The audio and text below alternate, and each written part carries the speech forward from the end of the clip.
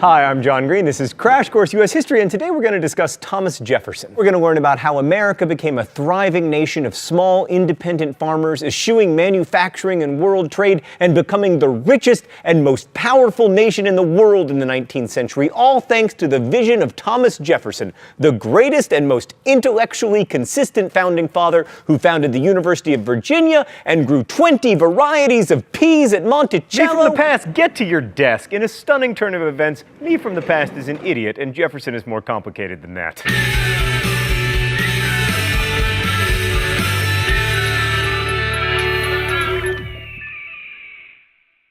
So in 1800, Thomas Jefferson, pictured here, this is the third time that we've featured Thomas Jefferson on the chalkboard, so we had to go a little Warhol on it. Right, so Jefferson, the Republican, ran against John Adams, the Federalist. 1800 was the first election where both parties ran candidates and actually campaigned, and surprisingly, the Federalists' elitist strategy of vote for Adams because he's better than you did not work. Now, both parties realized that it was important to coordinate their electoral strategy to make sure that the vice presidential candidate got at least one fewer electoral votes than the presidential candidate. But then the Republican elector who was supposed to throw his vote away forgot to, so there ended up being a tie between Thomas Jefferson and Aaron Burr. As per the Constitution, the election went to the House of Representatives, where it took 36 ballots and the intervention of Alexander Hamilton before Jefferson was finally named president. Incidentally, Burr and Hamilton really disliked each other, and not in like the passive-aggressive way that politicians dislike each other these days, but in the 4 years later they would have a duel and Burr killed Hamilton kind of way. A duel which occurred,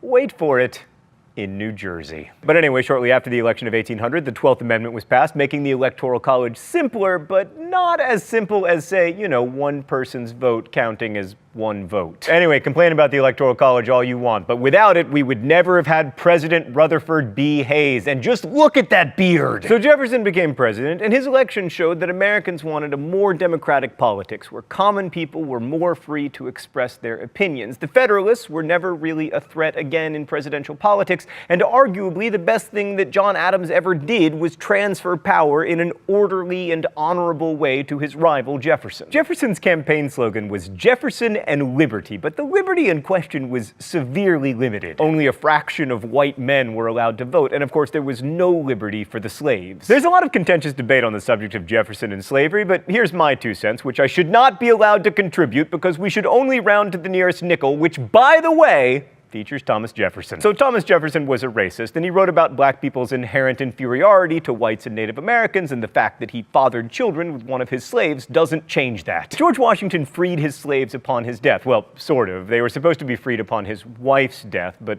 living in a house full of people who were waiting for you to die made Martha want to free them while she was still alive. But with few exceptions, Jefferson didn't free his slaves upon his death, and throughout his life, he used the sale of slaves to finance his lavish lifestyle. And this leads to 2 big philosophical questions when it comes to history. First, if Jefferson clearly did not think that black people were the intellectual or moral equals of whites and was perfectly comfortable keeping them in bondage, then what does the most important phrase of the Declaration of Independence actually mean? And the second question is even broader. Does it matter if a person of tremendous historical importance had terrible aspects to their character? Does being a bad person diminish your accomplishments? I don't have a great answer for those questions, but I will tell you that no one remembers Richard Nixon for starting the EPA. But this is very important to understand. Slaves were aware of the concept of liberty, and they wanted it. So in addition to an election, 1800 also saw one of the first large-scale slave uprisings. Gabriel's Rebellion was organized by a Richmond, Virginia blacksmith who hoped to seize the capital, kill some of its inhabitants, and hold the rest hostage until his demands for abolition were met. But the plot was discovered before they could carry it out, and Gabriel, along with 25 other slaves, was hanged. But after the rebellion, Virginians, if they didn't know it already, were very aware that slaves wanted and expected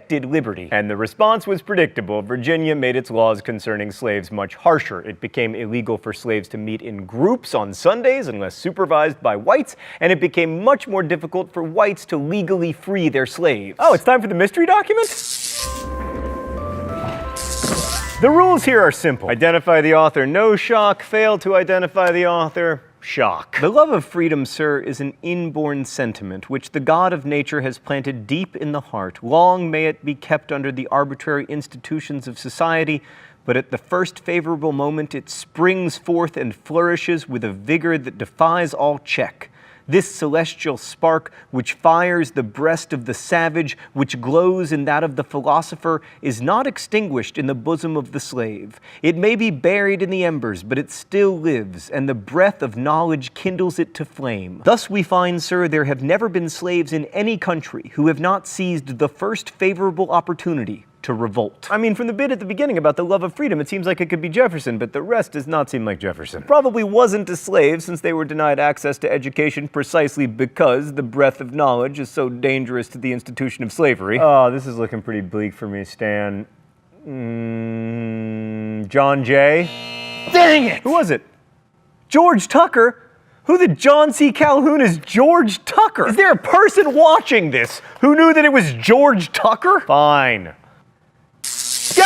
Apparently, George Tucker was a member of the General Assembly of Virginia, and the mystery document was a description of Gabriel's rebellion that suggested a solution to the inherent problem of rebellious slaves. He argued that we should set up a colony for them in Indian Territory in Georgia, which of course also wouldn't have worked because we were soon to steal that territory. But back to Jefferson. His idea was to make the government smaller, lower taxes, shrink the military, and make it possible for America to become a bucolic, agrarian empire of liberty, rather than an English-style, industrial, mercantile nightmare landscape. So how did he do? Well, really well at first. Jefferson got rid of all the taxes except for the tariff, especially the whiskey tax, and then, when he woke up with a terrible, cheap whiskey-induced hangover, he paid off part of the national debt, he shrunk the army and the navy, and basically made sure that America wouldn't become a centralized English-style state for at least the next 60 years. Low taxes and small government sounds great, but no navy? That would be tough, especially when we needed ships and marines to fight the Barbary pirates on the shores of Tripoli, who kept capturing our ships in the Mediterranean and enslaving their crews. This is yet another example of how foreign affairs keeps getting in the way of domestic priorities. In this case, the domestic priority of not wanting to spend money on a navy. Also, vitally, Jefferson's presidency really marks the last time in American history when a Republican president didn't want to spend money on the military. Don't get me wrong, Democrats can do it too. I'm looking at you, LBJ. As much as he wanted to get rid of any trace of the Federalists, Jefferson found himself thwarted by that eminently conservative and undemocratic institution, the Supreme Court. Jefferson appointed Republicans to most government positions, but he couldn't do anything about the Supreme Court because they serve for life. And since the country was only like 12 years old, they were all still pretty fresh. Most important among them was Chief Justice John Marshall, who happened to be a Federalist. Marshall was Chief Justice basically forever, and is without question the most important figure in the history of the Supreme Court. He wrote a number of key opinions, but none was more important than the 1803 decision in Marbury versus Madison. Marbury versus Madison is so important because in that decision, the Supreme Court gave itself the power of judicial review, which allows it to uphold or invalidate federal laws. The court then extended this power to state laws in Fletcher versus Peck, and eventually even to executive actions. Like, we think of the main job of the Supreme Court being to declare laws unconstitutional, but that power isn't anywhere in the Constitution itself. Marbury versus Madison gave the court that power, and without it, the Supreme Court would probably be a footnote in American history. So unlike Marshall, Jefferson and the Republicans were big proponents of strict construction, the idea that the Constitution should be read as literally as possible as a way of limiting the power of the federal government. The problem is there might be things the government wants to do that the Constitution didn't account for, like, for instance, buying a large tract of land from Napoleon,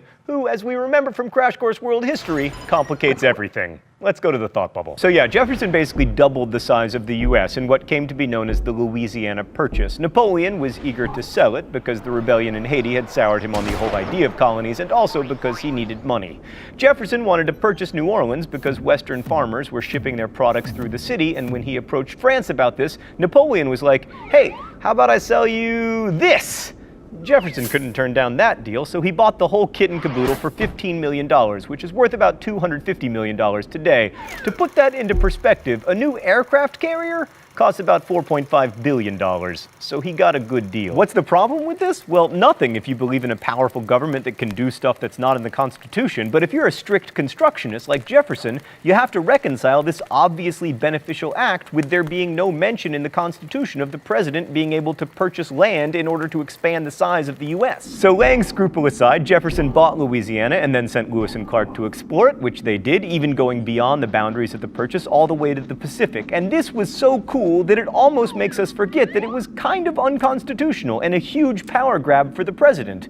So the question is, why did he do it? Jefferson's desire to increase the size of the country prompted Federalists to complain that, quote, "We are to give money, of which we have too little, for land, of which we already have too much." By doubling the size of the country, Jefferson could ensure that there would be enough land for every white man to have his own small farm, and this in turn would ensure that Americans would remain independent and virtuous, because only a small farmer who doesn't have to depend on the market for food or shelter or anything really, well, except slaves, can be truly independent and thus capable of participating in a nation of free men. Thanks, Thought Bubble. And this desire to create a nation of independent farmers producing only primary products helps explain Jefferson's other incredibly controversial policy, the embargo. Jefferson imposed the embargo in order to punish Britain for its practice of impressing American sailors, as well as its blockade of France, with whom Britain was once again, or possibly just still, at war. So basically, Jefferson wanted free trade among nations, and his solution was to get Congress to forbid all American ships from sailing to foreign ports. The theory was that the British were so dependent on American primary products like wood and cotton that if we cut off trade with them, the British would stop impressing American sailors and end their blockade. What's the connection between free trade and Jefferson's agrarian ideal? Well, the idea was that America would trade its primary products for Europe's manufactured goods so that the US wouldn't have to develop any manufacturing capacity of its own. Alas, or perhaps fortunately, this did not work. For one thing, Britain and France were too busy fighting each other even to notice America's embargo, so they just continued blockading and impressing. Also, the embargo devastated the American economy. I mean, exports dropped by 80%. Furthermore, not being able to import European manufactured goods only served to spur American manufacturing. I mean, Jefferson might have wanted Americans to be a bunch of self-sufficient farmers, but Americans wanted European manufactured stuff like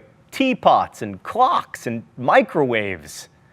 Well, then how did they cook stuff, Stan? And if they couldn't get that stuff from Britain, they would just make it themselves. So in terms of Jefferson's agrarian ideal, the embargo was a massive failure. And lastly, the embargo limited the power of the federal government about as much as crystal meth limits cavities. I mean, imposing the embargo was a colossal use of federal power, and it was also an imposition on people's liberties. The problem the embargo was supposed to solve didn't go away, and as we'll discuss next week, it eventually led to the US's first declared war. For now, I want to leave you with this. Thomas Jefferson is revered and reviled in almost equal measure in American history. The Declaration of Independence, which he mainly drafted, is a signal achievement delineating some heroic ideas for the founding of the United States, but also embedding some of its crucial shortcomings. And Jefferson's presidency is like that too. He claimed to champion small government, but he enlarged federal power more than Washington or Adams ever did. He imagined an agrarian republic, but his policies led to increased manufacturing. He wanted to foster freedom, but he owned slaves and took land from the Indians.